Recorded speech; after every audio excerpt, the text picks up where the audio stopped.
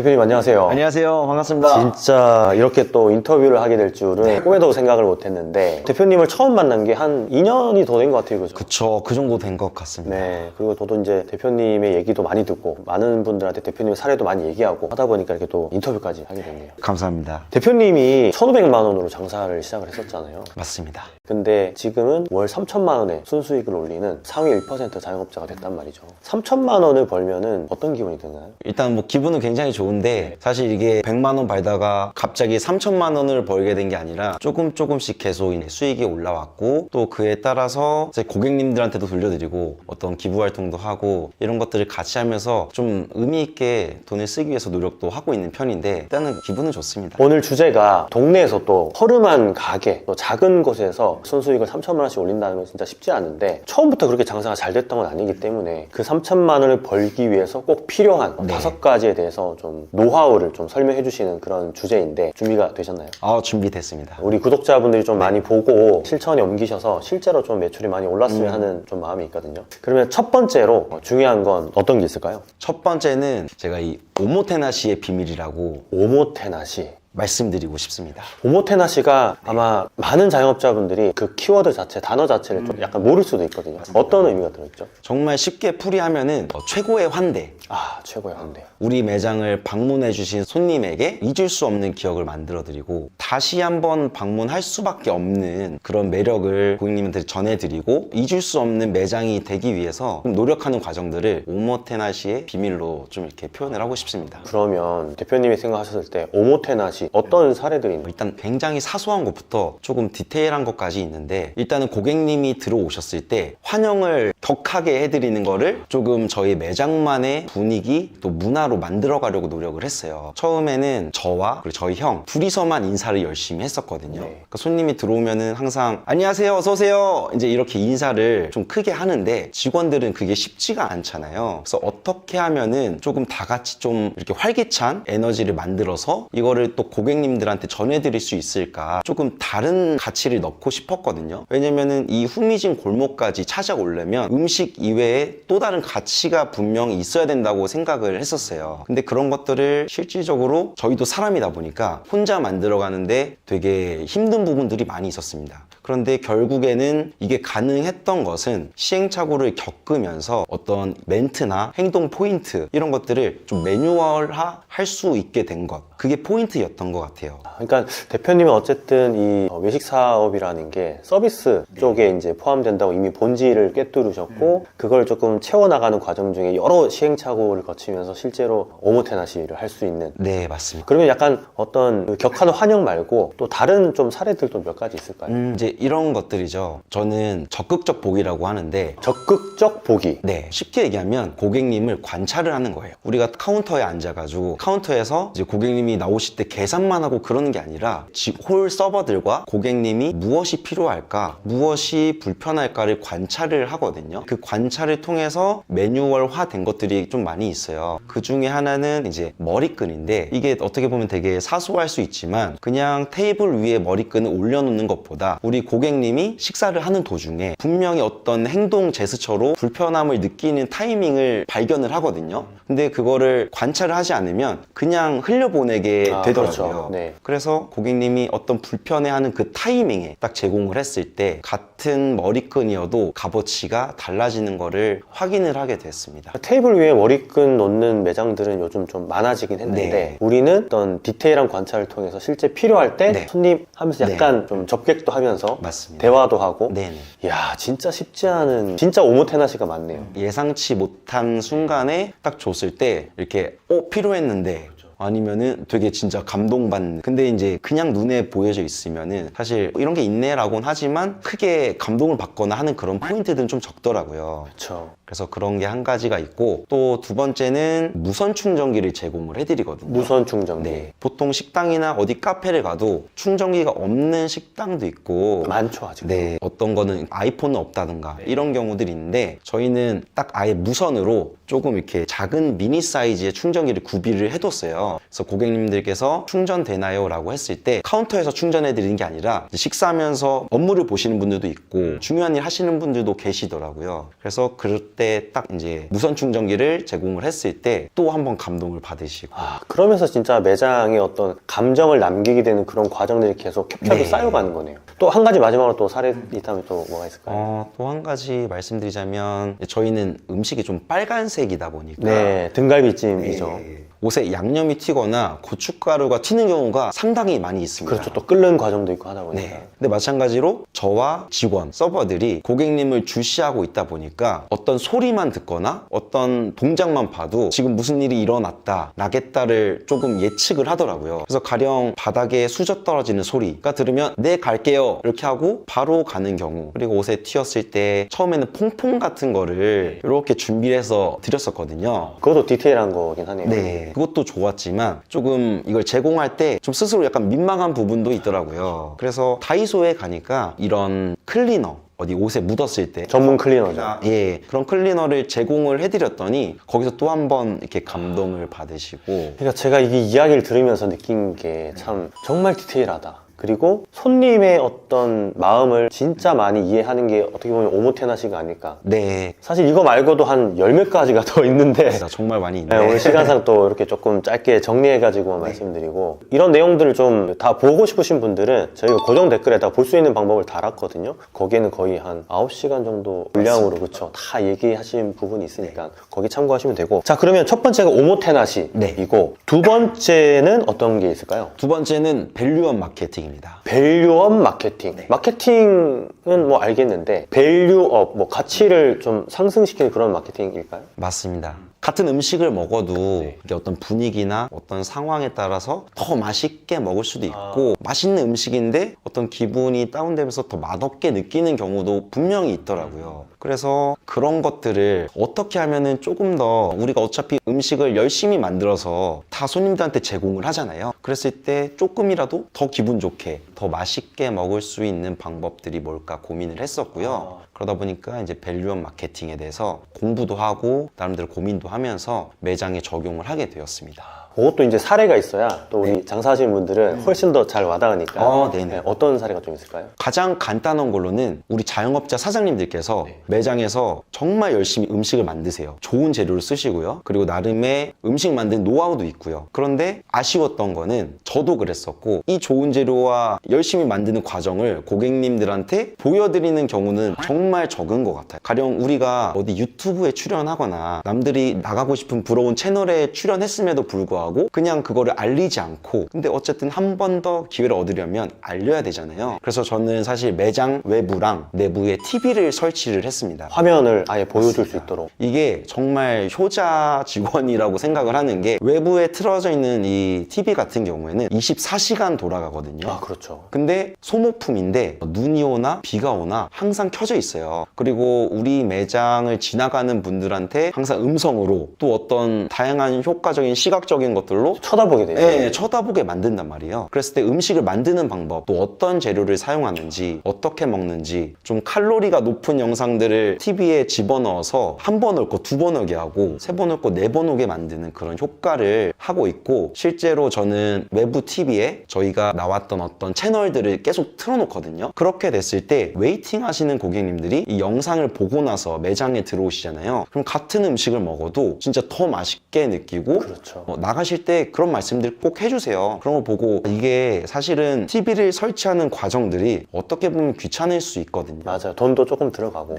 기사님을 또 불러서 어떤 각도에다 어디에 달 것이며, 근데 한번 설치를 해두면 정말 효자 직원이다, 그렇게 말씀을 드리고 싶고. 사실 정말 이것도 사소한 부분이고, 많은 분들이 또 생각은 하지만 실천하지 못하는 이유가, 과연 이게 효과가 있겠어? 약간 이런 느낌을 가지기 때문에 좀 못하는 거거든요. 그런데 어쨌든 24시간 나를 위해 대신 일해주는 효자 직원이라고 표현을 하시다 보니까 좀 더 마음이 와닿는 것 같아요. 그런 사례 말고 또 밸류업 마케팅 한 가지만 좀 사례가 더 있을까요? 사장님들이 어떤 마트를 갈 때도 있고 어디 볼일을 보러 나가실 때도 있잖아요. 그럴 때 어떤 차를 타고 나가시잖아요. 장을 보러 갈 때 저는 이 차에다가 저희 매장을 홍보할 수 있는 문구나 캐릭터를 항상 넣고 이걸 끌고 다니거든요. 4년 반째. 근데 그걸 보고 오시는 손님들이 꽤 많으세요. 생각보다도 많구나, 여기. 네. 그리고 여기 감동식당이 어디 있는 거예요? 물어보시는 분들도 많고, 근데 막상 사장님들 만나보면 저랑 같은 좋은 차를 타고 다니는데도 불구하고 그런 걸 되게 부끄러워하시는 분들도 있고 조금 그래 하세요. 근데 저는 이런 거를 남들이 안 하기 때문에 오히려 우리 매장에 내 얼굴이 드러내고 좀 자신감 있게 마케팅을 하시면은 되게 사소한 부분일 수 있지만 분명히 유입이 될 거라고 생각을 하고. 그러니까 이게 이제 밸류업도 있고 어떻게 보면 나를 좀 드러내는 약간 업사이드에서 우리 매장 브랜드 나 이런 걸 좀 드러내면서 실제로 마케팅 효과를 보는 측면이 좀 되게 많은 것 같아요. 매장 안에 보면은 실제로 저도 이제 가서 먹어봤지만 원산지 같은 거 표시라든지 맞습니다. 실제 농장 가서 같이 사진 찍은 거라든지 정말 사소한 거지만 실제로 그 방문해가지고 사진 찍고 벽에 걸어놓고 하는 것 때문에 손님들이 들어가기 전부터 이미 맛있다, 맛있을 거야, 어쩔 수 없이 맛있구나 이걸 느끼고 이제 들어와서 먹으니까 맞습니다. 저도 그런 느낌을 받았거든요. 네. 진짜 미각, 촉각, 후각 뭐 이런 거 다 동원해가지고 맛있게 만드는 그런 능력이 좀 있는 것 같아요. 아유, 감사합니다. 미국에도 보면 옥스퍼드 대학교에 감각교차연구소 뭐 이런 기관들이 있는데 그런 데서도 대표님이 하고 계시는 그런 거에 좀 기반해서 증명된 그런 논문들도 많이 나오고 있거든요. 그래서 이런 게 정말 참 과학이 아닐까 그런 생각들이 듭니다. 자, 그러면 세 번째 월 3천만 원 동네에 허름한 어떤 매장에서 벌 수 있는 어떤 방법 중에 어떤 게 있을까요? 세 번째는? 세 번째, 온라인 마케팅의 효율화입니다. 이것도 그냥 마케팅이 아니고 온라인 마케팅 효율화네요. 그죠? 맞습니다. 네, 효율화. 어떤 효율화일까요? 저는 어떤 마케팅을 생각을 했을 때 처음 장사를 시작했을 때 마케팅은 단순히 블로그 체험단이다 라고 정도로만 생각을 했었어요. 식당 마케팅은 블로그 네, 체험단이다. 네. 근데 이렇게 장사를 하다 보니까 어쩔 수 없이 마케팅이란 단어를 빼놓고는 장사하기가 어렵더라고요. 맞아요. 거의 필수죠. 네. 어떻게 보면 우리는 오프라인에서 장사를 하는 건데 이 기회를 얻기 위해서는 온라인에서 먼저 기회를 얻어야 방문으로 이어지더라고요. 특히나 상권이 좋지 않을수록 마케팅 공부를 하다 보니까 이거를 내가 직접 할 수 있는 방법은 없나. 왜냐면 처음에 말씀드렸다시피 1,500만 원의 인테리어로 매장을 운영을 하다 보니까 외부에 쓸 수 있는 돈이 정말 없었어요. 그렇네요, 진짜. 네. 그래서 어떻게 좀 자생적으로 힘을 키워나갈 수 있을까를 고민하다 보니까 공부를 하게 됐고요. 어떤 강의를 듣기도 하고 유튜브에서 선생님들이 해주는 말씀 들으면서 적용을 하려고 노력을 했어요. 그래서 일단은 실행을 했고 하다 보니까 우리 매장만의 또 노하우가 생겨서 원래는 외부 마케팅 업체에 돈을 한 달에 150에서 200만 원, 높은 키워드는 300만 원 정도 지불을 해야 얻을 수 있었던 그런 효과를 매장에서 달성을 하게 됐습니다. 그러면은 마케팅 대행사 이런 데 돈을 주지 않고 어쨌든 직접 하신 거니까 매장 운영된 기간을 따지고 보면 거의 1억 이상의 가치가 있는 거네요. 맞습니다. 그리고 또 이미 온라인 마케팅 전문가가 됐고 그러면은 온라인 마케팅 효율화 중에서 네. 이거 하나만큼은 진짜 사장님들이 조금 했으면 좋겠다. 직접 한 사례를 좀 말씀해 주시면 좋을 것 같아요. 정말 최근에 있었던 사례인데 저희는 매장에서 이벤트를 많이 합니다. 이벤트도 사실은 고객 DB를 모으기 위해서 이벤트를 하지만 한 가지 게임 이벤트로 뭔가 진행을 했을 때는 고객님들이 지루할 수 있단 말이죠. 맞아요. 실제로 지루해하고 그래서 하나에서 4가지 이벤트를 3개월 단위로 돌아가면서 해줘요. 온라인을 약간 접목시켜가지고 네, 하는 맞습니다. 부분으로. 가령 이런 거죠. 뽑기 이벤트가 있을 수도 있고 타이머 이벤트, 룰렛 이벤트 이런 게임을 같이 접목을 해서 고객님들이 참여했을 때 상품을 뽑아서 선물도 드리고요. 근데 이 상품을 뽑기 위해서는 고객님이 인스타그램을 팔로우를 하거나 아니면 영수증 리뷰를 작성해 주시거나 이게 이제 온라인 마케팅의 일환이 되는 거죠. 당근마켓을 단골을 추가하고 고객 후기를 남겨주시거나 네. 근데 이런 것들이 사실 되게 좋다고 생각을 하는 게 지금은 단골분들께서 매장에 들어오시면은 영수증 먼저 주세요. 이벤트 먼저 참여할게요. 알아서 네. 스스로. 그런 말들을 굉장히 하시고 일주일 전에 이제 어떤 손님이 자랑스럽게 보여주시는 거예요. 제가 오늘 42번째 영수증 리뷰를 작성을 했어요. 라고 말씀해 주시더라고요. 그래서 이 고객님께 너무 감사해서 또 VIP 가입을 또 시켜드리고 사실 이런 것들을 하는 이유가 고객님들의 DB를 우리 매장에서 축적하게 되면 신메뉴가 나왔을 때 또 어떤 이벤트가 있을 때 알릴 수 있는 수단이 되잖아요. 근데 이런 것들이 없으면 우리가 일일이 계속 전단지를 돌려야 되고 그냥 언제 오시나 끙끙 앓고 있어야 되는 상황이 되다 보니까 이런 것도 좀 적극적으로 활용을 하려고 하고 있고 또 영수증 리뷰 같은 것들을 활발하게 했을 때는 상위 노출과도 이게 직결되더라고요. 맞아. 그런 거를 제가 실행을 통해서 경험을 하다 보니까 이게 중요하구나 라고 하면서 조금 더 적극적으로 이렇게 실행을 하고 있습니다. 보통은 대행사에 맡겨서 영수증 한 개에 얼마씩 주기도 하고 하고 찜 500개, 찜 1000개 이런 거 이제 돈으로 네. 환산해가지고 좀 맡기기도 하고 뭐 플레이스 소개글이라든지 뭐 사진이라든지 영상이라든지 이런 걸 다 대행사에서 도맡아서 하게끔 하는 경우가 많은데 대표님은 그걸 하나하나 스스로 공부해서 직접 네. 해보고 나니까 대행사에 맡기지 않아도 이미 상위 노출이 되고 네. 있고 그러면서 계속 선순환되는 그런 구조. 참 많은 사장님들이 좀 본받았으면 좋겠다라는 생각이 좀 듭니다. 그래서 이 온라인 마케팅 효율화에 대해서도 사실 한 20%밖에 지금 얘기를 못한 것 같거든요. 그래서 그 추가 내용을 알고 싶으신 분들은 고정 댓글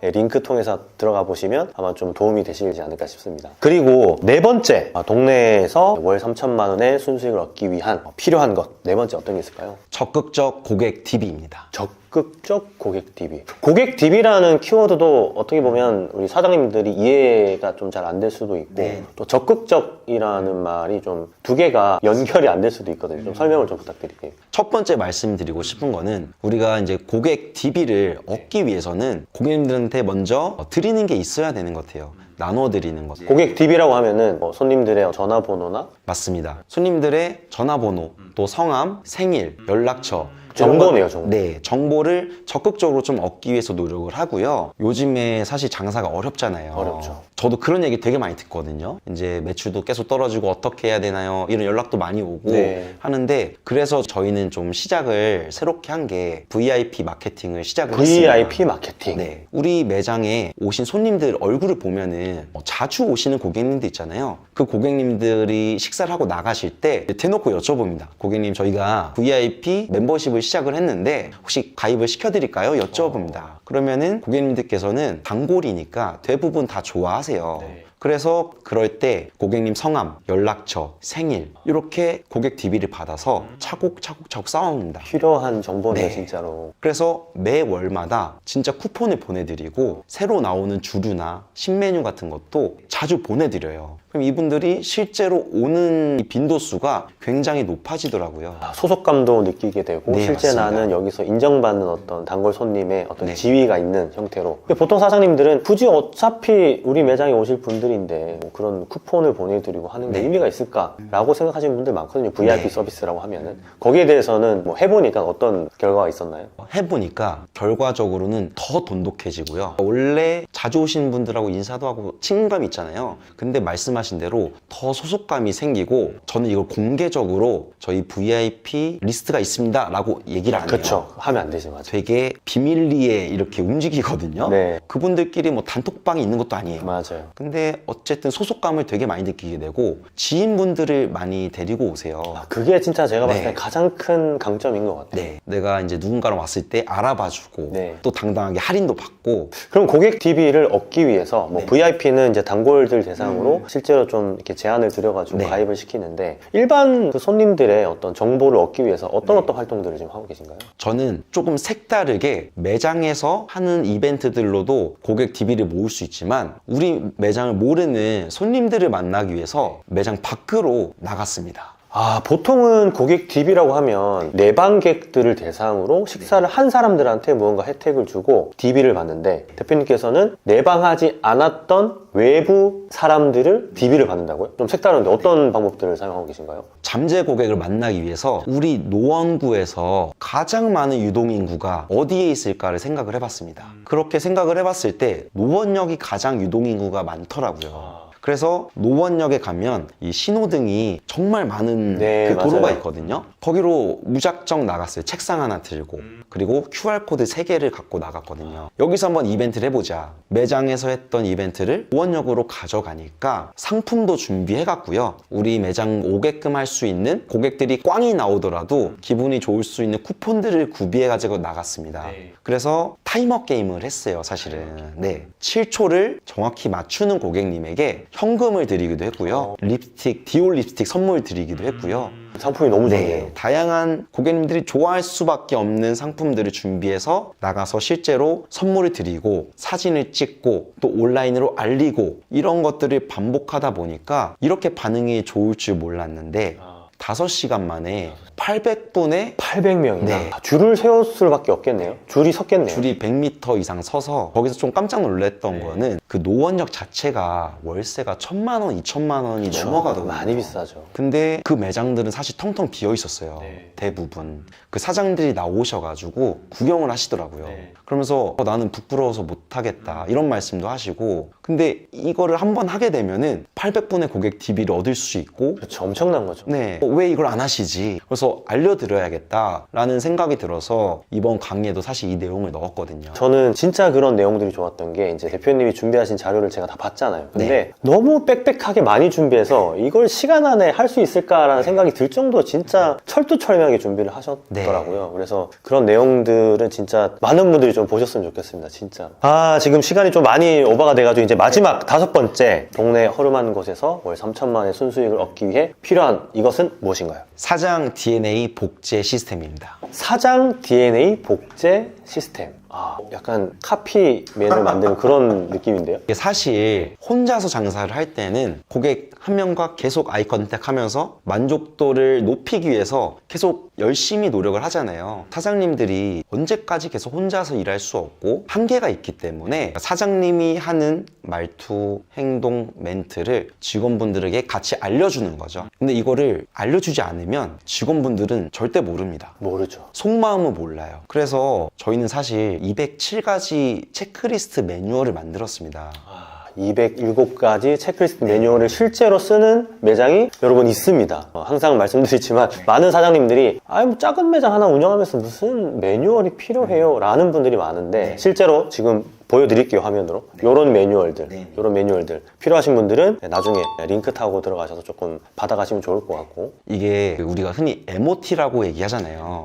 근데 저는 감동식당 MOT가 11가지가 있거든요. 11가지 MOT가 또 그러니까 있고, 고객과 우리 감동식당과 만나는 접점. 그 첫 번째는 온라인에서 만날 수 있고요. 그쵸. 온라인 접점 처음. 검색을 통해서 감동식당의 어떤 이런 썸네일에 대한 이미지를 보고 또 리뷰를 확인하고 블로그를 보고 매장으로 전화를 거세요. 이런 것들을 대표님이 이제 알고 있고 생각하고 상상하고 이런 것들 다 직원들한테 복제시켜가지고 직원들도 충분히 그 내용에 대해서 이해하고 또 대표님이 지시하는 거를 따라 할 수 있는 그런 복제 시스템. 복제 시스템을 설명하기는 되게 힘들 것 같은데 사례로서 하나 조금 얘기할 수 있는 게 있을까요? 이런 거죠. 가령 이제 네이버를 보고 전화를 거신단 말이에요. 네, 손님이. 포장 전화 아니면 찾아오는 길, 이 2가지 경우가 가장 많아요. 그래서 포장을 문의하셨을 때, 예를 들어서 저희가 가족인데 애기랑 성인 둘이 먹으려면은 어떻게 시켜야 되나요? 네. 이런 매뉴얼이 없으면은 직원이 전화를 받았을 때는 당황한단 말이죠. 당황하죠. 네. 그래서 고객님, 성인 2분, 아이 1명일 경우에는 뭐 2인 세트에 간장갈비 하나 이렇게가 가장 많이 나갑니다. 라고 또 매뉴얼화가 되어 있고. 멘트 매뉴얼이 다 있구나. 네, 다 있습니다. 직원들이 보면 숙지할 수 있도록. 네. 그리고 고객님들이 이제 좀 어르신 분들이 매장에 찾아오실 때 어떻게 가는지 핸드폰으로 못 찾아오시는 분들이 분명히 계세요. 많죠. 그래서 저희는 또 그런 분들을 위해서 지도, 약도를 만들어 놓고 이렇게 메시지를 보내드리거든요. 그런 것들이 또 매뉴얼을 만들었고, 매장에 고객님들이 들어오셨을 때 이제 선창, 후창 인사를 항상 하고 있어요. 선창, 후창도 네. 또 멘트 매뉴얼을 또 만들어 놓으시고 네. 교육도 하고. 그리고 이제 음식이 나갈 때, 갈비찜이 나갈 때, 메밀전이 나갈 때, 나물밥이 나갈 때, 그리고 서비스 체크할 때, 고객님이 밥이 부족해 보이실 때, 그리고 이벤트를 안내해 드릴 때, 고객님이 컴플레인을 거셨을 때. 잠깐만요. 이거 얘기하다 보면 영상이 지금 마무리가 안 되기 때문에 그러면 이 사장 복제 DNA를 좀 만드는 시스템에서 필요한 어떤 매뉴얼이나 체크리스트가 굉장히 많겠네요. 굉장히 많습니다. 그걸 다 이번 강의에서 다 설명해 주시고 실제로 그걸 사용할 수 있도록 PDF가 아니고 진짜 그냥 수정해서 쓸 수 있도록 그 파일을 다 드렸잖아요. 파일을 다 넘겨드렸고. 맞아요. 저도 봤는데 미쳤습니다.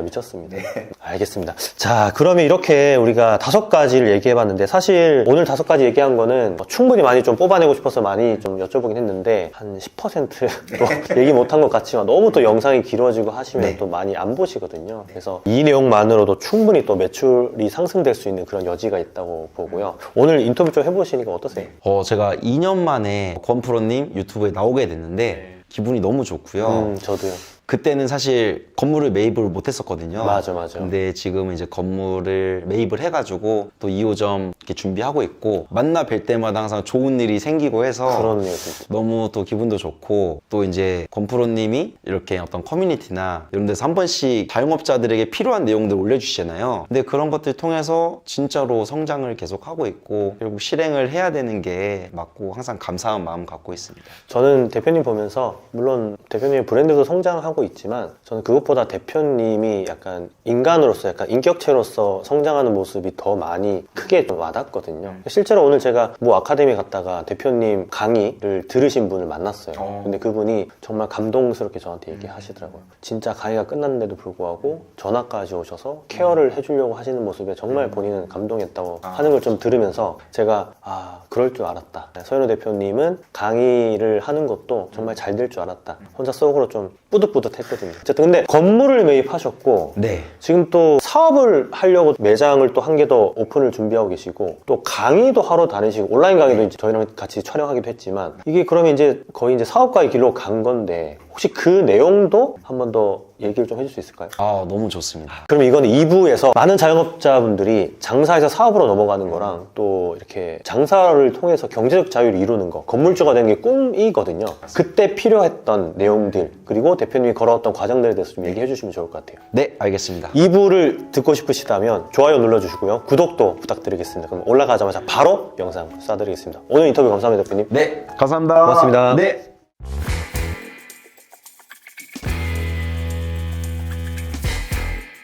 2부에서는 지금 대표님께서 1,500만 원으로 장사를 시작했다가 지금은 건물주가 됐단 말이죠. 네, 맞습니다. 그것도 50억짜리 건물을 짓고 있단 말이죠. 근데 이게 어떻게 보면 거짓말이 아닐까. 네. 그리고 강의도 하러 다니시고 네. 온라인 강의도 이번에 저희랑 촬영도 하시고 네. 또 인터뷰도 이렇게 나오고 또 네. 다른 뭐 최근 했던 강의 청년 골목. 청년 골목 서울시에서 진행하는 곳에서 가셔도 또 네. 마케팅 강의 또 운영 강의 같은 것도 하셨고 예. 실제 이제는 이제 사업가의 길로 가고 있는데 네. 허름한 동네 가게가 어떻게 순수익 3천만 원 내고 매출 1억씩 내고 저도 이제 매장을 가봤지만 너무 구석이 있거든요. 네. 이렇게 사업가로 갈 수 있었던 세 가지 필요한 것들이 있다고 말씀하셨잖아요. 그게 어떤 게 있을까요? 첫 번째는 첫 번째는 전 국민을 대상으로 하는 사업 확장인데요. 전 국민을 대상으로 한다. 동네 장사인데 전 국민을 대상으로 어떻게 장사를 하셨나요? 저도 처음에는 그렇게만 생각을 했었습니다. 말씀하신 대로 허름한 골목에서 장사를 하고 있고 타겟이라고 해봐야 사실은 우리 동네 사람들이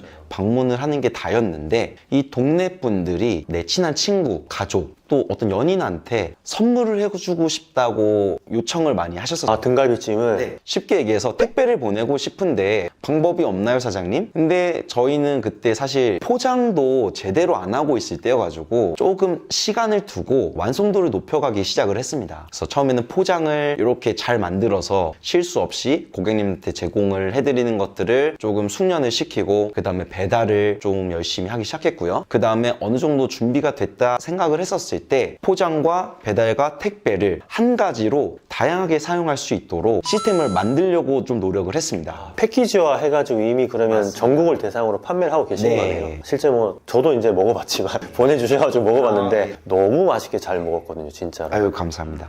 그러면 이거를 사실 많은 분들이 동네에서 장사를 한다면 어떻게 이게 가능한지 좀 모를 수 있거든요. 네. 오늘 좀 긴 시간 얘기는 하지 못하지만 길게 쭉 풀어서 디테일하게 설명한 부분은 고정 댓글에 강의로 했었던 내용들이 있으니 네. 그걸 좀 참고하시고 조금 간단하게 다른 분들도 조금 할 수 있도록 네. 내용을 좀 얘기해 주시면 좋을 것 같아요. 저는 제가 뭐 특별해서 이 택배 밀키트를 시작하게 된 게 아니고 사실은 우리 자영업 사장님들께서 조금만 관심을 갖고 조금만 노력하고 고생을 하시면은 어려운 부분은 아니거든요. 왜냐하면은 우리가 어떤 마트나 편의점에 납품을 해서 판매를 하는 게 아니라 B2C, 그러니까 고객님들한테 직접 판매를 하고 또 우리 매장에 스마트 스토어로 판매를 하는 거기 때문에 일단은 요거를 하시려면 해당 구청이나 시청에 보건위생과에 한번 방문을 하셔가지고 방문하셨을 때 그 해야 되는 것들을 쫙 주시거든요. 그렇죠. 그 리스트를 쭉 네. 알려주죠. 그대로 하고 나서 이제 등록이 다 되잖아요. 그러면은 저는 가장 쉽게 할 수 있는 게 스마트 스토어를 개설을 하시는 거예요. 그래서 스마트 스토어를 개설을 하고 벤치마킹을 좀 하셔야 돼요. 벤치마킹. 다른 곳에서는 어떻게 이거를 맞습니다. 패키지화해서 판매를 하고 있나? 사실 돈을 주고 어떤 상세 페이지를 만들 수도 있지만 돈을 들이지 않고 직접 하시는 분들도 굉장히 많거든요. 이게 사실 사진이 조금 필요하기는 해요. 맞아요. 뭐 우리 재료에 대한 사진, 그리고 생산자 사진, 이런 것들을 벤치마킹을 좀 하시고 처음부터 잘하려고 하는 노력보다는 일단은 시작을 한 다음에 계속 퀄리티를 조금씩 높여가는 방식으로 단계로 시작을 하시면 분명히 우리 매장에 사랑받고 있는 제품들이 어떤 동네에서만 판매가 되는 게 아니라 전국으로 판매가 될 수 있고, 이런 것들이 쌓여서 또 좋은 기회가 올 거라고 좀 생각을 하고 있습니다. 그러니까요. 많은 분들이 조금 오해하고 있는 게 그런 것들은 좀 되게 허가가 어려운 거 아닐까 약간 이런 생각들 하시는데 네. 사실 즉판업 등록하는 거는 네. 그냥 주방을 약간만 좀 분리한다 맞습니다. 생각하시고 뭐 커튼이나 이런 것들도 또 가능하고 네. 또 그 코로나를 겪으면서 좀 많이 완화가 됐기 때문에 충분히 가능하잖아요. 그래서 구나 시나 시청이나 이런 데서 조금 문의하셔가지고 좀 네. 진행하시면 좋을 것 같고, 이제 또 온라인으로 판매하시려면 통신 판매업 같은 거 네. 기본으로도 등록한 그건 이제 뭐 신고만 하면 되는 거니까 많이 어렵지 않게 생각하셔도 되는데 네. 좀 어렵게 생각하시는 거. 그리고 대표님이 그 스마트 스토어에서 다들 한번 검색해 보시면 좋을 것 같은데, 감동식당이라고 상세 페이지 되게 어려워하시는 또 사장님들 많이 계신데, 근데 진짜 상세 페이지 보면 진짜 실제로 사람들이 맛있게 먹는 장면이라든지 뭐 만드는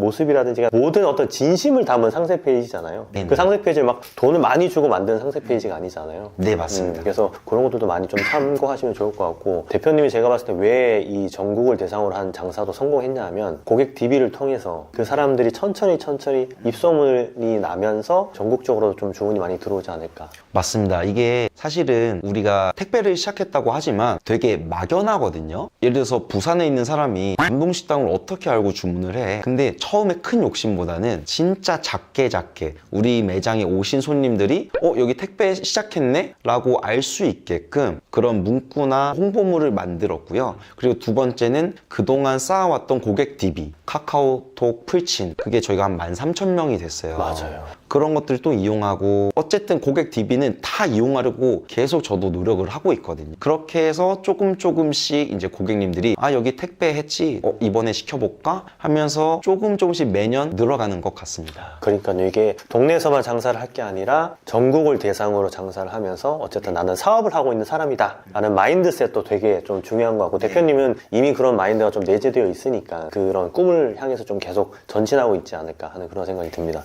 자, 그러면 두 번째, 허름한 동네 장사에서 월 3천만 순수익을 내는 사업가로 가는 두 번째 방법에는 어떤 게 있나요? 두 번째는 건물 매입입니다. 건물 매입. 사실 이게 건물을 매입한다는 게 자영업자 사장님들은 솔직히 이해가 잘 안 되거든요. 네. 근데 어떻게 1,500만 원으로 시작해서 50억짜리 건물까지 지금 네. 신축을 하고 계신지 조금 간단하게 좀 설명해 주면 좋을 것 같아요. 왜 그리고 건물을 매입하셨는지. 제가 사실 이 내용을 이제 강의에도 넣었습니다. 네. 엄청 길죠, 네. 내용이 방대하고. 왜냐면은 분명히 제 강의를 들으시는 자영업 사장님들은 이런 부분도 저에 대해서 어떤 건물 매입이라는 그런 이미지도 분명히 있을 거라고 생각을 해서 이제 그런 것들 넣었는데, 제가 Q&A 시간에 거의 청문회 수준으로 질문을 받다 보니까 정말 자영업 하시는 사장님들이 관심이 엄청 많으시고, 이게 또 요즘에 많이 이슈가 되고 있잖아요. 그렇죠. 많이 이슈되고 있죠. 그래서 정말 또 상세하게 알려드리고, 제가 전문가는 아니지만 네. 도움이 될 수 있는 선에서 말씀드려 보겠습니다. 처음에 정말 없이 장사를 시작해서 조금씩 매출이 올랐고, 장사가 잘 될 때도 있었고 분명 안 될 때도 있단 말이에요. 네. 그런데 예를 들어서 2호점이나 프랜차이즈가 아닌 왜 건물 매입을 선택을 하게 됐냐, 처음에 들어왔던 감동식당 건물이 주변이 다 굉장히 허름했었거든요. 맞아요. 허름하죠. 정말 허름했었는데 장사를 좀 잘 해나가고 손님들이 많이 오기 시작하니까 정말 동서남북으로 다 신축을 하고 리모델링은 하고 상권이 생기더라고요. 그러면서 제가 장사하고 있는 건물의 가격이 많이 올랐어요. 예전에는 몰랐지만 어쨌든 이제 보는 법을 알았으니까 다 볼 수 있잖아요. 예전에는 관심이 없었거든요. 네, 관심이 없죠, 보통. 그냥 바뀌나 보다, 공사 안에 시끄럽다, 이 정도였는데 알고 나서부터는 좀 심각하게 받아들이게 됐습니다. 거기에 가장 중요했던 거는 매출이 조금씩 계속 올랐음에도 불구하고 인건비가 올랐고요. 재료비, 월세, 모든 게 다 오르잖아요. 근데 이제 화폐 가치는 점점 떨어지니까 내가 열심히 돈을 벌고 저축을 하는 것보다 것보다 물가 오르는 게 더 빠르고 화폐 가치가 계속 더 떨어지더라고요. 그래서 돌파구를 찾기 위해서 나보다 더 앞서 나간 선배 사장님들, 네. 대표님들은 어떻게 장사를 하고 어떻게 사업을 하고 계실까가 궁금했습니다. 그래서 책을 봤고요. 유튜브를 보고 정보들을 얻기 시작했는데 역시 계시더라고요. 강호동 대표님도 그렇고 네. 어떤 김승호 회장님도 그렇고 책을 통해서 또 유튜브를 통해서 직접 만나 뵈지는 못했지만 간접 경험인데 망치를 세게 맞은 듯한 느낌이 들면서 아 이거를 내가 도전을 해봐야겠다 생각을 했습니다. 근데 이제 만날 수 있는 방법이 없잖아요. 그쵸. 그래서 댓글도 달고 직접 찾아가고 뭔가 계속 움직이면서 이 만날 수 있는 환경, 저의 환경을 조금씩 바꿔갔던 것 같아요. 그래서 세미나도 나갔고요. 네. 어떤 건물주가 되고 싶어 하는 그런 자영업자 모임에도 나갔어요. 네. 근데 정말 좀 소름 돋았던 거는 이 안에서 만난 사람들은 건물주가 아님에도 불구하고 우리가 다 건물주가 될 수 있대요. 그러니까 약간 무슨 종교 집단처럼 우리는 건물주가 될 수 있다! 이렇게 계속 말씀하시더라고요. 그러다 보니까 저도 진짜 될 수 있겠다라는 생각을 갖게 됐고 거기서 좀 시작이었던 것 같아요. 근데 이제 반대로 부모님, 친구, 주변에 있는 사장님들은 다 정반대로 얘기하세요. 근데 이분들은 건물주가 아니잖아요. 그래서 저는 건물주가 됐고 건물주가 하는 얘기들을 계속 믿고 실행하는 거를 선택했던 것 같아요. 그러다 보니까 내가 돼야만 하는 이유, 왜 건물주가 돼야 되는가, 더 장사를 조금 안정적으로 잘 하고 싶기 때문에. 그러면은 결국 어떤 인건비나 재료비 많은 것들이 올라도 건물 가격이 오르면서 내가 손님들한테 조금이라도 더 좋은 재료를 쓸 수 있고 조금 더 퍼줄 수 있고 좀 길게 보고 오래 갈 수 있는 장사를 할 수 있겠다라는 생각이 들어서 이렇게 진짜 마음을 굳게 먹고 하게 됐고요. 어떻게 건물을 매입할 수 있었냐, 논리적으로 뭔가를 다 설명할 수는 없지만 결국에는 건물주가 됐고 이런 분들을 만나고 그런 쪽에 자꾸 속해 있다 보니까 저도 좀 공부를 하게 됐고요. 발전을 하게 됐고 그러면서 건물주라는 목표가 생기면서 저축을 하게 됐고요. 또 이분들과 계속 소통을 하고 있다 보니까 기회가 왔었습니다. 건물을 매입한 곳이 감동식당에서 멀지 않은 곳에 위치해 있습니다. 좋은 물건이 또 나왔었죠. 네. 그래서 보통 이런 거 있잖아요. 이제 밥을 먹어도 부동산에 가서 밥을 먹고 막 이런 얘기들 있잖아요. 부자들이 하는 얘기가. 근데 저는 그러진 않았지만 물건을 갖고 있는 분들과 계속 유대관계를 갖고 있다 보니까 물건이 나왔을 때 소개를 해주셨었어요. 그래서 그 기회를 잡기 위해서 사실은 자본이 부족했지만 건물주가 되고 싶어서 계속해서 은행을 가서 대출 받을 수 있는 거, 우리 감동식당 매출로 대출을 받을 수 있는 거, 또 심지어 부모님한테 부탁을 해서 어떤 담보대출을 받기도 하고 온갖 수단을 가리지 않고 내가 될 수 있는 그 1%들을 계속 모으기 위해서 노력을 했었습니다. 그러다 보니까 불가능해 보였던 이런 것들이 하나하나씩 퍼즐처럼 맞춰지더라고요. 그래서 용기를 냈고 그렇게 좀 건물주가 될 수 있었다라고 말씀을 드릴 수 있습니다. 사실 한 번에 이렇게 건물주가 될 수는 없겠죠. 하지만 마인드셋을 장착하고 또 계속 그런 유대관계를 가지면서 기회가 왔을 때 좀 잡아는 게 조금 대표님이 건물주가 될 수 있었던 어떤 가장 큰 요인이지 않을까 싶었는데 실제로 장건 1기 출신이시잖아요. 네, 맞습니다. 장건 1기 중에서 가장 활동도 활발히 하고 또 여러 사람들하고 어떤 모임도 굉장히 자주 나가시고 그러시면서 좀 건물주가 좀 빨리 될 수 있었던 그런 케이스가 아닌가 싶어요. 조금 더 정말 멋있게 나왔잖아요. 지금 보시는 이 건물이 이서윤 대표님 건물인데 물론 같이 좀 공동 투자하는 부분도 있긴 하지만 어쨌든 축하드립니다. 네.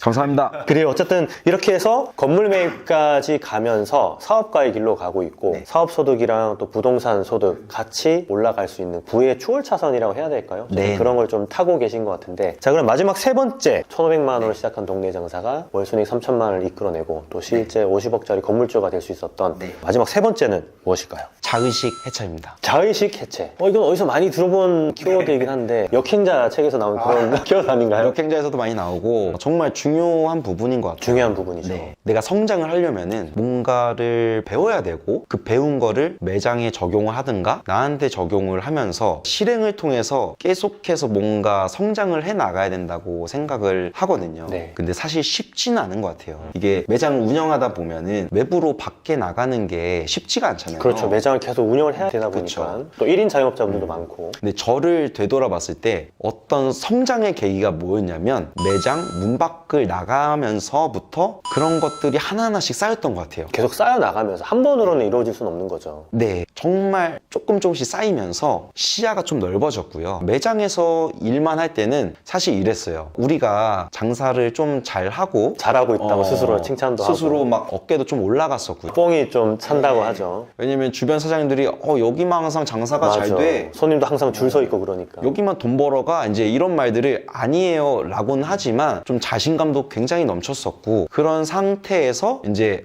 세미나 한번 가볼까? 이제 그냥 갔어요. 갔는데 혹시 그게 똑사모 세미나인가요? 아 맞습니다. 첫 번째 그러면 거의 2년이 넘은 건데 맞습니다. 그죠? 그때 대표님이랑 처음 뵀네요 저도. 네, 맞습니다. 맞아. 사실 그 권프로님 뵙고 싶어서 갔는데 깜짝 놀랐던 게 네. 굉장히 잘하시고 또 유명하시고 그런 대표님들이 와 계시더라고요. 수십억 매출씩 하고 계시는 대표님도 맞습니다. 와서 듣고 실행하고 하신다고 그죠? 근데 이제 좀 부끄러웠던 게 그런 분들이 굉장히 겸손하시더라고요. 엄청 겸손하시죠. 네. 거기서 조금 이제 강의를 듣고 돌아오는 길에 형이랑 좀 이런 얘기를 했어요. 우리 더 열심히 하고 더 노력해야겠다. 동기부여가 또 더 네. 되셨구나. 반성도 하게 되고 여러 가지 생각이 좀 교차하면서 이제 집에 가는 길에서 해야 될 게 너무 많은 거예요.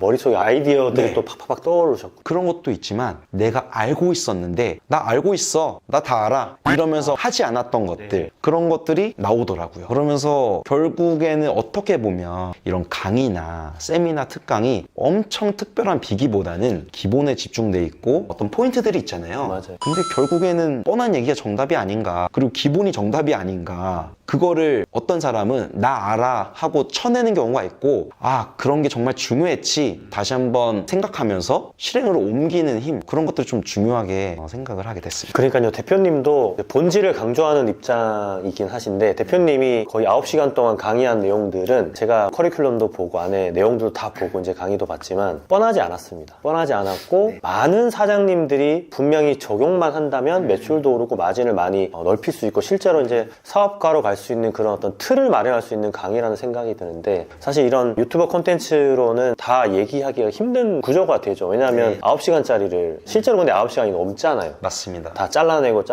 질문 답변하는 것들도 엄청 인사이트가 많았었는데 네. 그런 것들도 다 뺐다 보니까 그래서 이런 강의들을 좀 많이 들어보시고 고정 댓글로 링크 들어가셔서 한번 들어보시고 좀 도움이 되셨으면 좋겠어요 저는. 자, 이렇게 그러면 세 가지 저희가 얘기를 해봤는데 전국을 대상으로 장사를 하는 것, 그리고 두 번째는 부동산 가치까지 내가 가져가는 것, 내가 만든 트래픽을 내가 가져가는, 우리나라에서는 부동산 가치니까 그걸 이제 말씀해 주신 거고, 세 번째는 자의식 해체. 내가 물론 잘하고 있겠지만 나는 아직은 우물 안에 개구리일 수도 있고 또 관점을 달리하고 시야를 좀 많이 넓히신 거. 실제로 근데 대표님을 제가 2년 전에 처음 봤을 때랑 지금은 다른 사람이에요.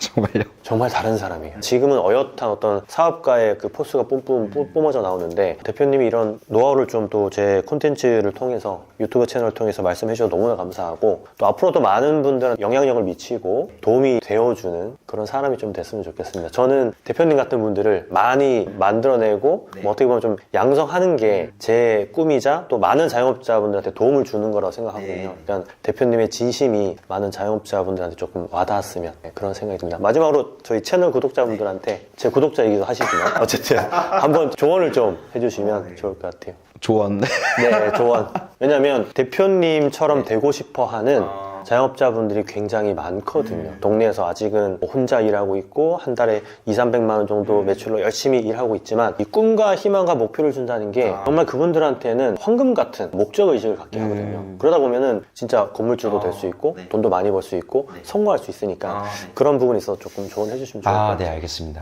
저도 사실은 지금 장사하고 있는 것도 그렇고 감동식당이라는 이 식당의 위치가 많은 자영업 사장님들이 그러하듯이 좋은 위치는 아니거든요. 그런데 그 안에서 굉장히 멀어 보이는 그런 꿈들을 많이 꿨었던 것 같아요. 내 목표는 1억 매출인데 1,500만 원 매출일 때 2, 3시까지 설거지하고 집에 들어가서 아무것도 하지 못하고 잠만 자고 또 7시에 나와서 갈비 끓이고 이런 하루하루가 계속 반복이었었거든요. 근데 결국 그 하루하루를 부정적으로 내가 되겠어? 이런 것보다는 진짜 좀 긍정으로 한 분 한 분 고객님들 모시면서 음식 정성스럽게 만들어서 소통하고 누가 봤을 때 뭐 저렇게까지 하나 싶을 정도로 열심히 하다 보니까 이렇게 권 프로님도 만나게 됐고요. 좋은 분들을 많이 만나게 되면서 그 영향들을 제가 좀 이렇게 흡수를 해서 성장을 하고 있는 것 같아요. 그래서 내가 비록 지금 매장에서 열심히 설거지하고 있고 뭐 음식하고 있고 그럴지라도 절대 꿈을 잃지 말고 꼭 목표를 적어서 힘든 상황이지만 그 목표 보면서 한번 힘내고 이런 작은 습관들이 좀 중요한 것 같습니다. 아, 진짜 되게 좋은 말씀 해주신 것 같아요. 사실 사람이 하루에 좀 이렇게 생활을 하면서 한 5만 가지 생각을 한다고 하더라고요. 그 중에 95%가 무의식의 생각이기 때문에 부정적인 생각들을 다 하게 되고 내 머릿속에 기억은 나지 않지만 항상 안 좋은 것들만 생각을 하기 마련인데 5% 이제 의식적인 생각들 중에서 긍정적인 것들을 많이 생각하면 그런 95%의 무의식의 생각들도 전염이 돼서 긍정적인 마인드, 긍정적인 어떤 목표 이런 걸 또 세우게 되는 거니까 대표님은 그걸 실현한 사람이 아닐까 그런 생각이 듭니다. 어쨌든 뭐 강의를 통해서 또 많은 분한테 좋은 메시지를 주시고 계시고 또 이미 그 강의를 보신 분들이 후기를 또 남겨주셨고 뭐 단톡방에도 난리가 났었잖아요. 그러니까 좀 많은 자영업자분들이 좀 도움을 받았으면 좋겠고 다음엔 또 다른 걸로 한번 또 강의를 기획해도 좋을 것 같아요. 좋습니다. 또 다음에 또 유튜브에 나오셔도 또 네. 되게 도움을 줄 수 있는 내용들이 많은 것 같고 어쨌든 오늘 고생 많으셨습니다, 대표님. 네, 감사합니다. 고맙습니다. 네, 고맙습니다.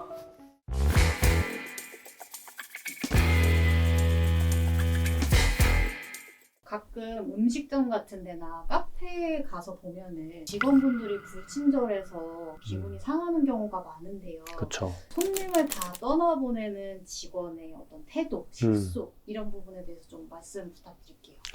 저는 한 5가지로 좀 정리를 할 수 있다고 보거든요. 첫 번째가 가장 기본적인 건데 말투의 어떤 퉁명스러움. 예를 들자면 이런 거예요. 텅텅 비어 있어요, 식당이. 근데 제가 혼자 밥을 먹으러 갔어요. 6인석이 있는데 저는 짐도 많고 캐리어도 있고 겉옷도 있고 해서 손님이 없으니까 6인석에 앉았어요. 그러면 직원분이나 아르바이트생이 거기 앉으시면 안 되는데요? 라고 하는 매장들이 되게 많아요.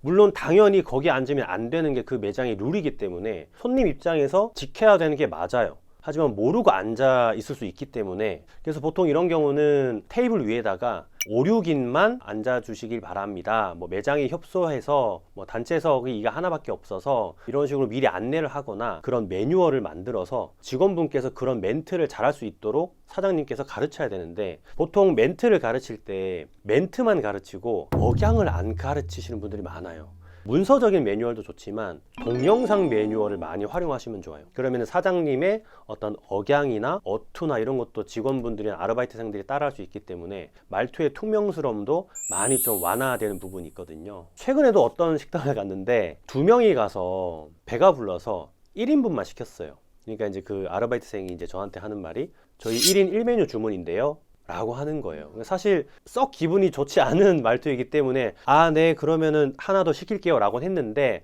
사실 마음속으로 아, 여기 그다지 별로다 약간 그런 느낌을 받기 때문에 그런 어떤 말투에 대해서도 교육을 할 때 영상이나 음성이 들어간 것들로 교육을 하게 되면 훨씬 더 좋아지는 걸 좀 볼 수 있어요. 두 번째는 이게 사람마다 조금 기준이 다르기 때문에 좀 애매모호할 수는 있는 건데 그릇을 툭툭 던지는 직원들이 있어요. 본인이 평상시에 하는 액션이기 때문에 본인 스스로는 모르는 거예요. 근데 여기에 예민한 손님들이 당연히 있을 수밖에 없기 때문에 이 그릇을 툭툭 던지는 거에 기준선을 사장님이 만드셔야 돼요. 제가 어디서 겪었냐면 중국집이었는데 짬뽕 국물이 좀 흘렀어요.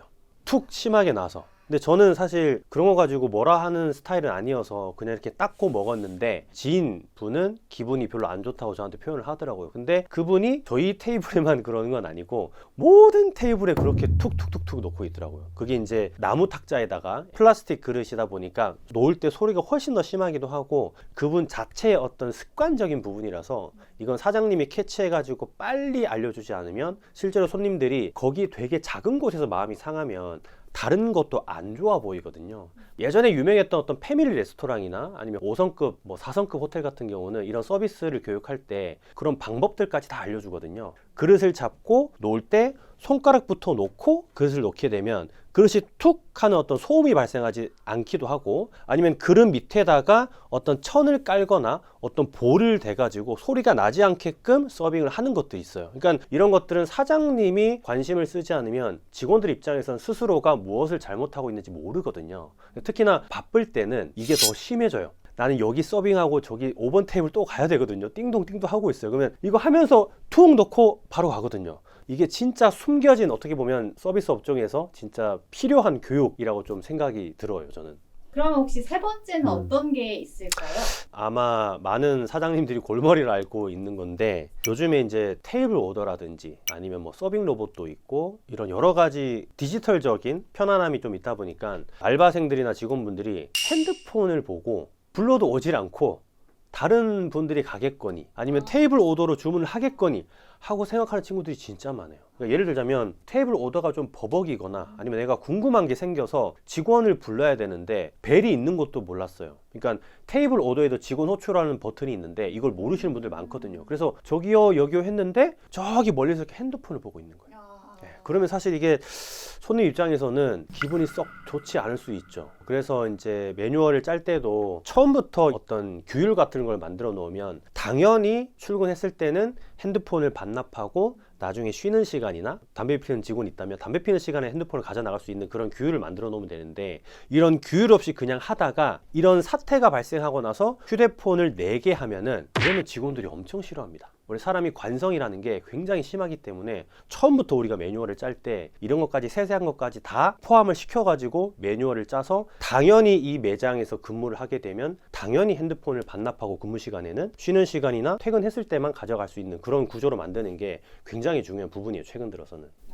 네 번째도 첫 번째, 두 번째, 세 번째보다 저는 더 중요하다고 생각하는데, 손님한테 집중하지 못하는 거라고 저는 생각을 해요. 4번 테이블에 서빙을 나가고 있는 와중에 띵동이 와서 띵동 화면을 보고 네 하고 대답을 하는 거죠. 그리고 계산을 하고 있는데 손님의 카드를 봤는데 띵동을 해서 저 사람을 쳐다보고 네를 하거나, 아니면 카드를 받고 이 손님하고 응대를 해야 되는데 다른 손님이 와가지고 또 계산을 해달라고 하면 손님 잠시만요, 제가 앞에 손님 먼저 계산하고 계산해 드릴게요 라고 하면 되는데, 뭐 지금 자리 없어요? 라고 하면은 계산은 안 하고 카드 잡고 손님 저희가 지금 좀 복잡해서 이렇게 하면 안 되거든요. 그럴 때는 손님 제가 지금 이분 계산 중이라서 다른 직원한테 한번 좀 말씀 좀 부탁드릴게요 라고 양해를 구해야 되는데, 사실 그러지 못하고 내가 멀티플레이어가 되다 보니까 여기도 봤다가 저기도 봤다가 이렇게 하면은 앞에 있는 손님 입장에서는 기분이 좋지 않을 수 있어요.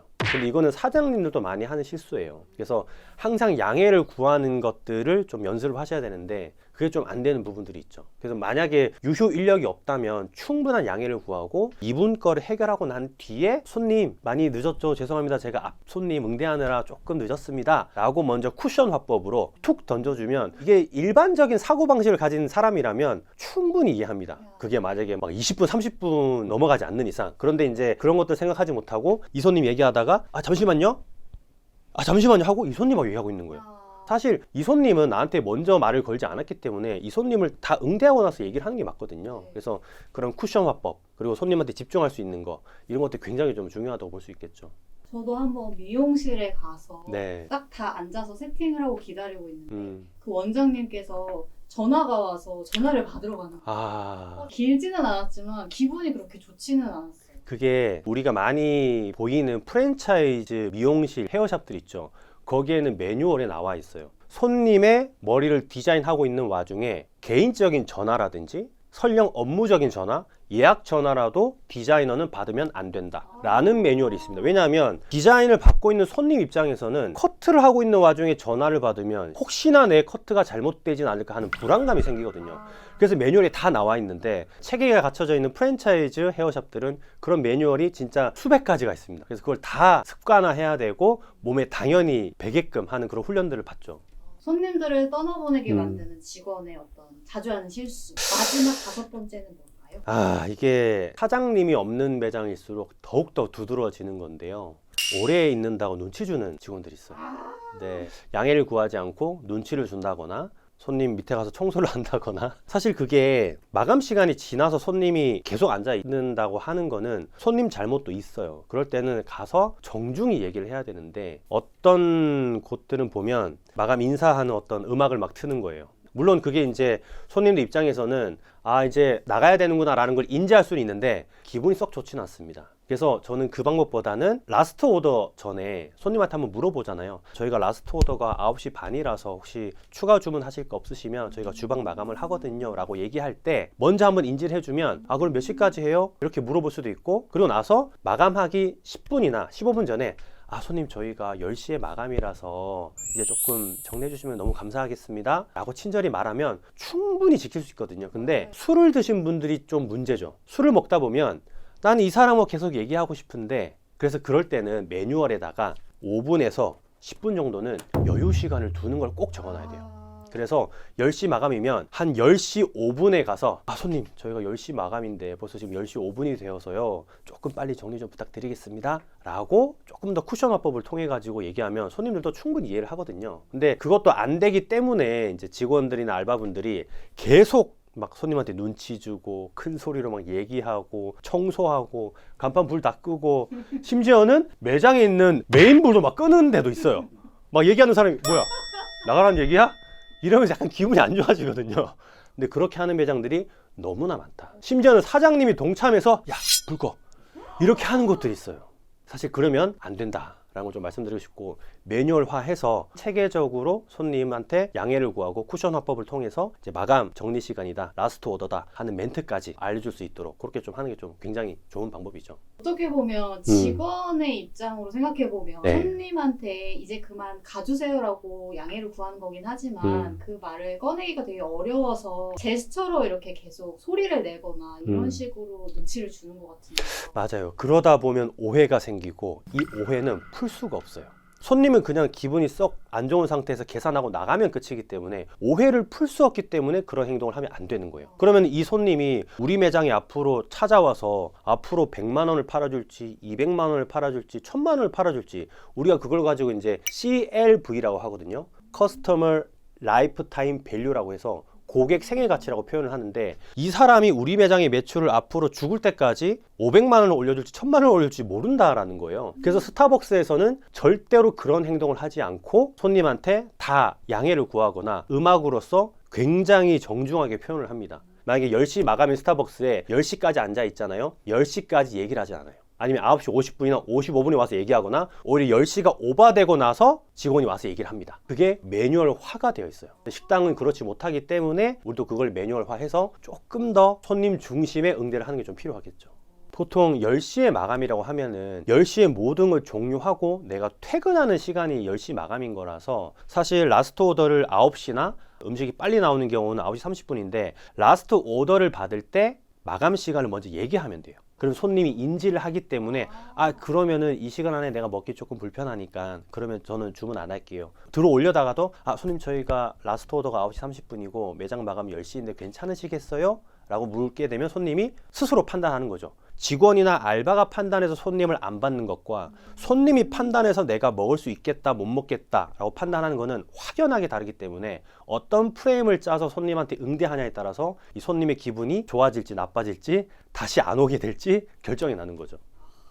일단 첫 번째는 말투의 어떤 퉁명스러움 그리고 억양이라든지 이런 것들을 굉장히 조심해야 되고 영상으로서 교육을 하게 되면 훨씬 더 좋아질 수 있다라는 걸 좀 말씀드리고 싶고 두 번째는 본인도 스스로 인지하지 못하는 어떤 액션들 그릇을 툭툭 던진다든지 이거는 그릇뿐만 아니고 기침을 자주 한다든지 아니면 이런 습관을 버릇을 가지신 분들이 있어요. 코를 이렇게 막 먹는 사람들 실제 있습니다.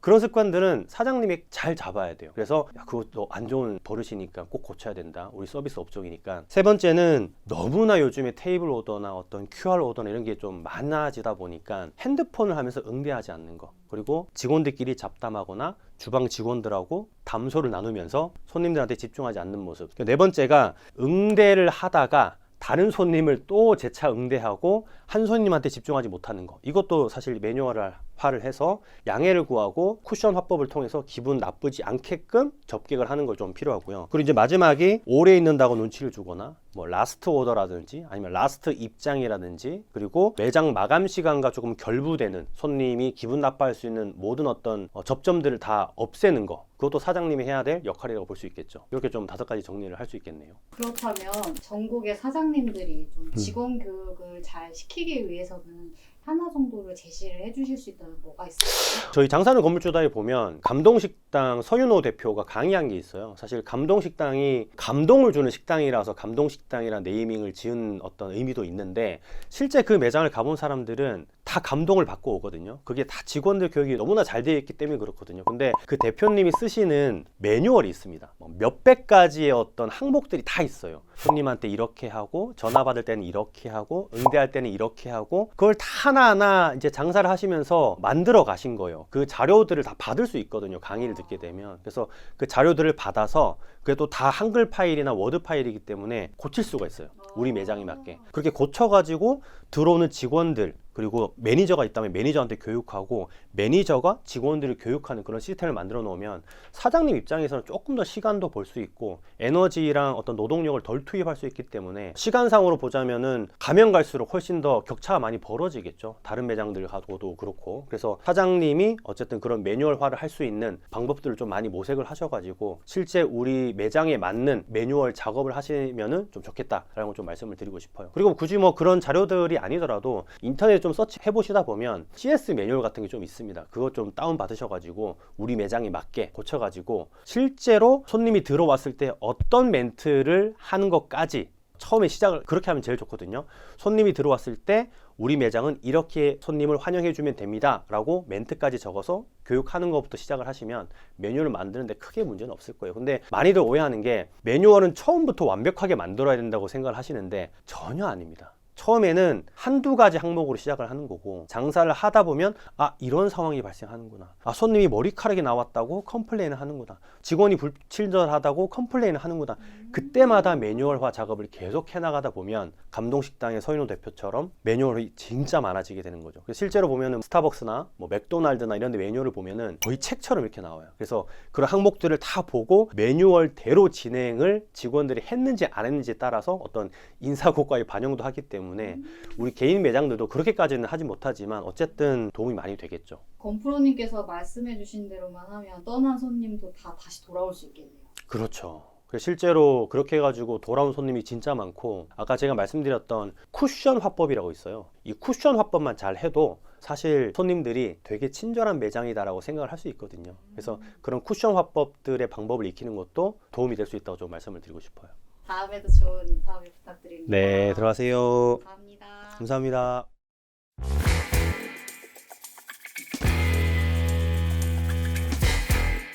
자영업자 분들께서 사업하면서 자주 하는 고민 어떤 게 있나요? 일단 오토 매장을 돌리고 싶은데 나는 직원 관리를 잘 못하겠다 하시는 게 오늘 주제랑 가장 밀접한 관련이 있는 내용이 아닐까 싶어요.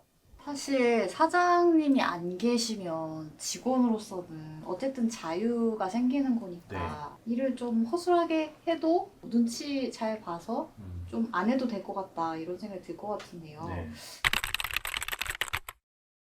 월급을 좀 많이 주면 될까요? 뭐 월급을 많이 주는 것도 하나의 방법이 될 수는 있는데요. 사실 결정적인 건 아니고 제가 봤을 때는 하나의 전제 조건은 있어요.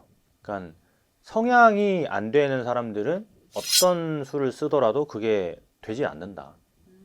식당이라는 곳은 되게 다양한 손님들이 오고 하루에도 몇십 명, 몇백 명을 상대해야 되기도 하고, 또 다른 영상들에서 여러 번 얘기는 했었지만 공장처럼 천편일률적인 어떤 형태로 돌아가는 비즈니스가 아니다 보니까 그때그때마다 직원들이나 알바들이 판단해야 되는 것들이 굉장히 많거든요.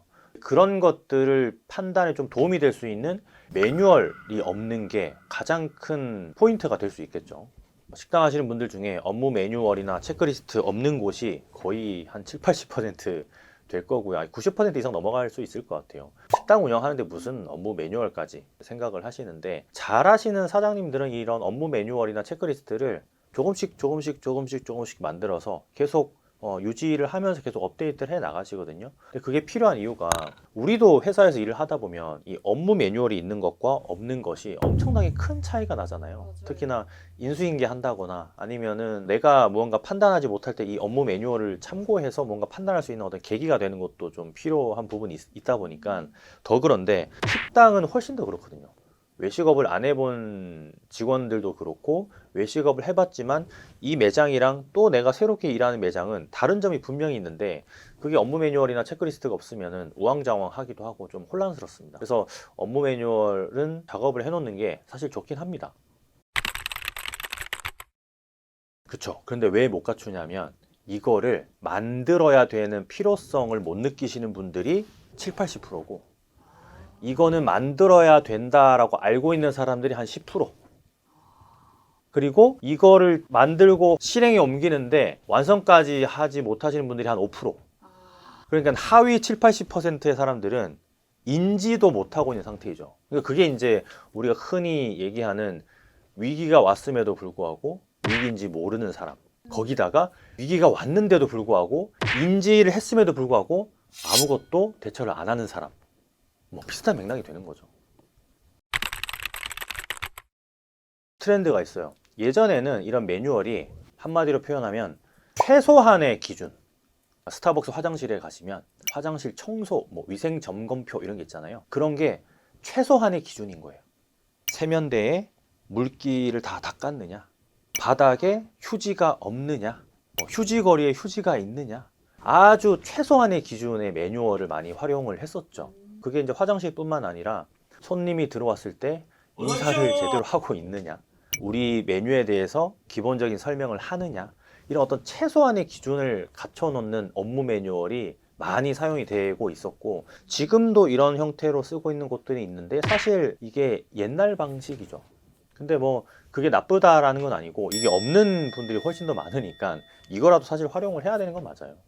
그때 다른 영상에서 말씀해 주신 게 동영상 매뉴얼 제작하는 곳도 있다 이렇게 그쵸. 말씀해 주셨는데 그런 곳도 좀 꽤 있는 편인가요? 그게 이제 최근에 이제 트렌드이긴 한데 유튜브에다가 비공개 영상으로 그런 매뉴얼을 올려놓는 거예요. 예를 들자면 손님한테 설명해야 되는 요소들이 있잖아요. 근데 이거를 그냥 문장으로 이렇게 표현을 한 거랑 사장님이 직접 그거를 시범으로 보여주면서 핸드폰으로 찍는 거예요. 저희는 매운 등갈비찜이랑 황제고소밥 전문점이고요. 쪽에 두 분이실 때는 2인 세트로 가장 많이 드시거든요. 그러고 나서 그 유튜브에 비공개 영상을 올려놓고 신입 직원이 들어왔을 때 내일까지 이거 공부해서 좀 오세요 하면서 링크를 보내면 끝나잖아요. 직원 교육이.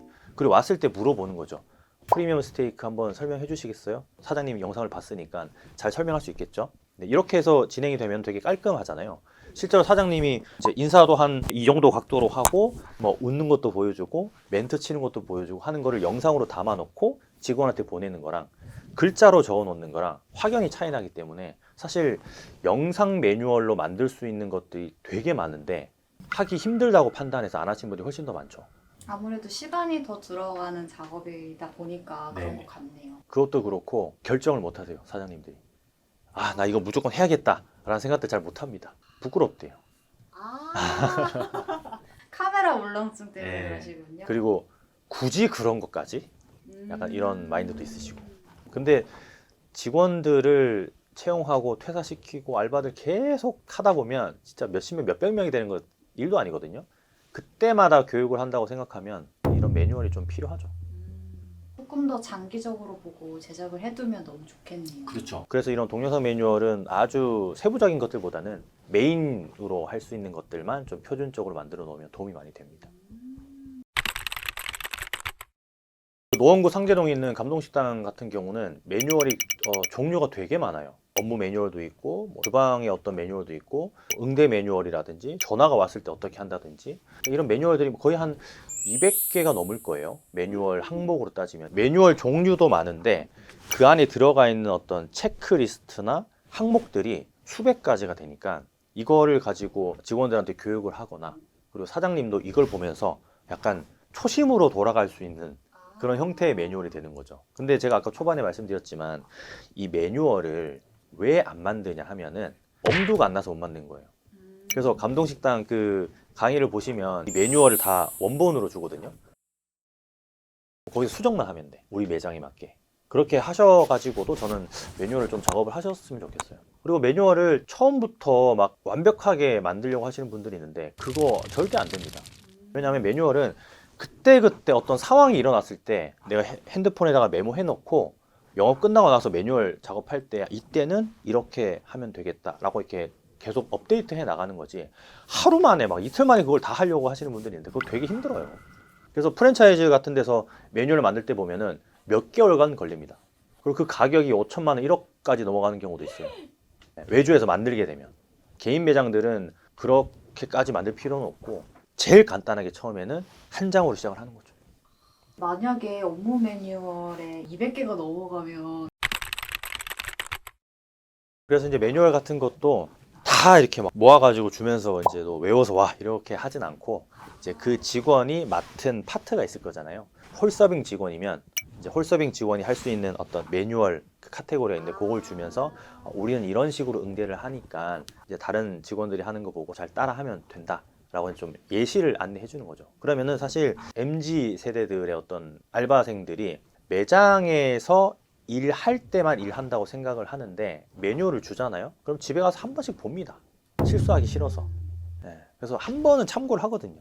그러면서 그 직원도 좀 약간 일을 잘하게 되는 계기를 만들어 주는 거죠, 매뉴얼이. 저는 모든 직원이 다 그 200 몇 가지의 업무 매뉴얼 다 숙지해야 되는 줄 알고 그렇게 하면 사실 일하러 안 가죠. 너무 힘드니까 모든 걸 숙지한다라는 개념보다는 내가 맡은 파트, 예를 들자면 전화가 왔을 때 또 어떻게 응대해야 될지 모르는 사람도 있거든요. 포장을 하고 싶은데 어떻게 안내를 해야 되지? 몇 분 있다 오라고 얘기해야 되지? 모르기 때문에 그런 것들을 이제 직원들한테 알려주는 거죠. 전화 응대 매뉴얼은 진짜 좋은 것 같아요. 그쵸. 그냥 당황하고 갑자기 물어보는 거에 대해서 어떻게 대답을 해야 되지 맞아요. 하는 고민이 있어서 예전에 한번 이런 적이 있었어요. 요즘에는 네이버 플레이스에 이 매장이 오늘 영업을 하고 있다 안 하고 있다 다 나오잖아요. 그럼에도 불구하고 저는 전화해보고 가거든요. 왜냐하면 차 타고 갔는데 닫혀있는 경우가 워낙 많다 보니까 맞아요. 그래서 전화해보고 가는데 전화를 했어요. 아 지금 영업하고 계세요? 아 네 영업합니다 하고 딱 끊었어요. 갔는데 웨이팅이 50팀이야. 그러면 전화했을 때 매뉴얼에 그런 내용들이 만약에 있으면 웨이팅 있는 그 시간대에 전화를 받았으면 아, 손님 저희가 지금 영업은 하고 있는데 지금 웨이팅 한 12팀 있어서 손님 들어오시려면 대략적으로 이 정도의 시간이 걸립니다 라고 얘기를 하거나 아니면 아 손님 저희가 지금 웨이팅이 좀 많아서 오셔도 바로 드시기는 힘들 수도 있어요 라고 이제 좀 안내를 해주거나 하면은 사실 좀 낫거든요. 전화 받은 직원이 진짜 너무 궁금하더라고 누가 받았는지. 예 합니다. 한마디만 안내를 해줬더라면 그런 그쵸. 일이 없었을 텐데. 어쨌든 뭐 이런 것도 하나의 매뉴얼에 포함되어 있으면 굉장히 간단한 거잖아요. 예, 그래서 도움이 될 수 있죠. 고객 관리에 있어서 확실히 업무 매뉴얼이 꼭 필요할 것 같은데요. 네. 풀서빙이 가장 커요. 홀서빙. 그리고 이제 레시피 매뉴얼 같은 거겠죠. 근데 레시피 매뉴얼 같은 경우는 많이들 가지고 있어요. 이거는 이제 사장님 머리에 있는 매장들도 많지만 실제로 레시피화를 해서 공유도 하고 직원들이 이제 만들 수 있도록 하는 곳이 많은데 홀서빙 매뉴얼 같은 경우는 많은 영상들에서 얘기는 했었지만 센스의 영역이라서 이 센스를 매뉴얼에 담는 것도 되게 좋아요. 하나의 좀 예를 들어 드리자면 손님이 먹다가 머리카락이 나왔어요. 그러면은 직원들은 당황하거든요. 만약에 또 사장님도 없어. 그럼 더 당황하거든요. 특히나 약간 표정이 안 좋은 직원들이 이 머리카락이 나온 테이블을 응대한다고 생각하면 사장님 입장에서는 진짜 이거 큰일 날 수 있는 문제이거든요. 예, 그래서 그때 매뉴얼에다 이제 이런 식으로 좀 하는 거죠. 먼저 뭐 공감해줘라. 뭐 이런 멘트를 해줘라. 아 손님 죄송합니다. 먼저 해라. 매뉴얼에 이제 넣는 거죠. 그런 매뉴얼이 없으면은 그냥 직원들이 아 그래요 잠시만요 주방에 한번 가볼게요. 이렇게 보통 많이 하거든요. 네. 이게 매뉴얼이 없고 교육이 안 돼 있으면 보통 그렇게 많이 하기 때문에. 그리고 또 진짜 못하는 매장들은 가가지고 아 이거 누구 거지? 이렇게 하시는 분들이 있어요. 최악입니다. 네. 그래서 매뉴얼에다가 일단 공감해주고 아니면 뭐 또 장사 잘 되는 매장들도 그렇게 하는 경우도 있거든요. 매뉴얼 자체가 무조건 이유 불문하고 값 받지 마. 이게 매뉴얼에 딱 박혀 있는 매장들도 있어요. 뭐 그렇게 한다든지. 그러니까 여러 가지 이제 예시들이 있는데 그런 게 매뉴얼이 안 돼 있으면은 직원들마다 다 응대 방법이 달라지기 때문에 그거는 표준화가 안 되는 거죠. 매뉴얼은 쓰레기다. 쓰레기? 네. 왜인가요? 매뉴얼이 있다고 해서 직원들이 다 그 매뉴얼을 따라할 수 있는 건 아니에요. 그래서 매뉴얼은 가장 그냥 기본적인 규칙 정도로만 활용한다고 생각을 하고, 이 매뉴얼 외에 벌어지는 일들에 대한 것들은 사장님이 교육을 해야 돼요. 어찌 되었던지 간에. 그래서 매뉴얼을 너무 맹신하진 않았으면 좋겠고, 또 매뉴얼이 없다고 해서 잘못된 식당이라거나 아니면 서비스가 안 좋은 식당이라고 또 그렇진 않거든요. 하지만 최소한의 기본 규칙 정도는 만들어 두는 게 좋다라고 좀 말씀드리고 싶어서, 매뉴얼은 쓰레기다. 그럼에도 불구하고 있어야 된다. 최소한의 기본 규칙으로 이렇게 좀 정리하고 싶어요. 맹신하신 분이 너무 많아가지고. 그러면 매뉴얼 제작에 있어서 조금 어려움이 있다 하시는 분들, 아니면 직원 관리에 대해서 좀 더 궁금한 분이 있으면 좀 어떤 걸 참고하면 좋을까요? 그 감동식당 선효 대표가 쓰고 있는 매뉴얼을 다 다운로드 받아가지고 우리 매장에 맞게 수정해서 쓰는 게 가장 간편하지 않을까 싶어요. 그러니까 진입 장벽을 낮춰주는 거죠. 그 매뉴얼 항목이 굉장히 많은데 다 원본으로 주니까 수정을 할 수 있거든요. 그걸 다 수정해가지고 쓰시는 게, 처음부터 작업하려면은 뭐부터 해야 될지도 모르고 하기 때문에 그런 것도 좀 쓰시는 게 도움이 될 것 같아요. 업무 매뉴얼을 작성하고 싶은 분들은 감동식당의 그 예시 매뉴얼로 네. 참고하시면 좋겠네요. 그러면 직원 관리도 훨씬 더 수월해지고, 직원들끼리도 그 업무 매뉴얼에 대해서 서로 얘기를 해요. 선배님 매뉴얼에 이렇게 나와 있던데 뭐 이런 경우에는 어떻게 하면 돼요? 물어보기도 하고, 그러니까 스스로 이렇게 얘기도 하면서 직원 교육이 되니까 직원 관리할 때 큰 도움이 되죠. 직원들이 얘기도 해줍니다, 사장님한테. 사장님, 이거 매뉴얼에 이렇게 나와 있는데 사실 이렇게 하는 게 더 좋은 것 같아요. 그럼 그때 이제 업데이트 하는 거죠. 그럼 그 친구는 사장님 마음속에 저 친구 눈여겨봐야 되겠는데 약간 이런 마음이 들게 되는 거죠. 회사랑 똑같지 않을까요? 어떻게 보면 직원도 좋고 사장도 좋아지는 좋은 툴인 것 같아요. 네, 맞습니다. 그래서 직원 관리를 할 때 사실 최소한의 어떤 행동, 규칙 같은 것들을 좀 만들어 놓는 매뉴얼 작업을 하셨으면 좋겠고, 또 영상 매뉴얼도 진짜 한번 시도라도 해보시면 좋을 것 같아요. 진짜 우리가 몸으로 보여줄 수 있는 것들 있죠. 접객을 하거나 아니면 어떤 멘트를 하는 거, 억양까지도 좀 담아가지고 직원들이 퇴사도 많이 하고 하다 보니까 그런 것들로 인해서 좀 교육을 하시게 되시면 조금 더 관리할 때 좀 편리하지 않을까 싶습니다. 감사합니다. 들어갈게요.